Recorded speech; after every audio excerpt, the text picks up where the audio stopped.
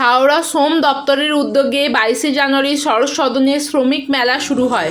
উদ্বোধন অনুষ্ঠানে উপস্থিত ছিলেন মন্ত্রী অরূপ রায়, অতিরিক্ত জেলা শাসক আজার জিয়া, অতিরিক্ত শ্রম কমিশনার পার্থসারথী চক্রবর্তী ও সুনীতি মুখার্জি, প্রাক্তন কাউন্সিলর রামকৃষ্ণ মজুমদার, জেলার যুগ্ম শ্রম মহাধ্যক্ষ শ্যামল কুমার রায়চৌধুরী প্রমুখ।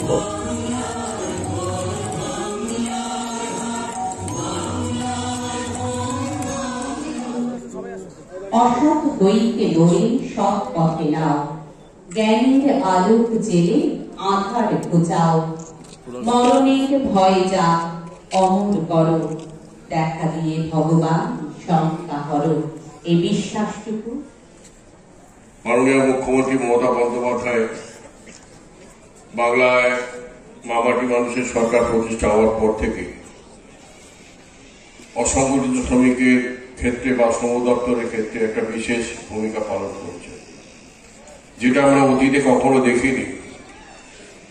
যে শ্রমিকদের জন্য এত ভাবা, নতুন নতুন চিন্তা ভাবনা করে শ্রমিক পরিবারের উন্নতি করা। জেলা শ্রম দপ্তরের ব্যবস্থাপনায় এই হাওড়া জেলার শ্রমিক মেলাটা আরম্ভ হলো এবং আগামীকাল অব্দি এটা চলবে।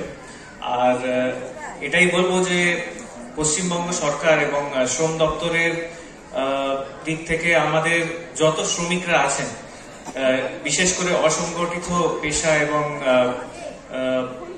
ইন্ডাস্ট্রিতে, শিল্পতে যারা যারা কাজ করছেন, তাদের জন্য বিভিন্ন রকমের প্রকল্প এবং সুবিধা শ্রম দপ্তর নিয়ে এসেছে।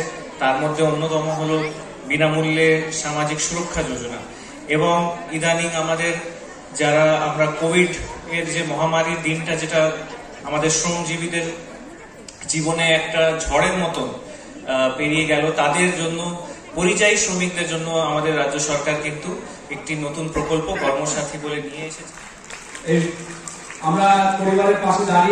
এদিন অনুষ্ঠানে সামাজিক সুরক্ষা প্রকল্পে 414 জন শ্রমিককে 99 লক্ষ টাকা অর্থ মূল্যের সুবিধা প্রদান করা হয় বলে জানা যায়।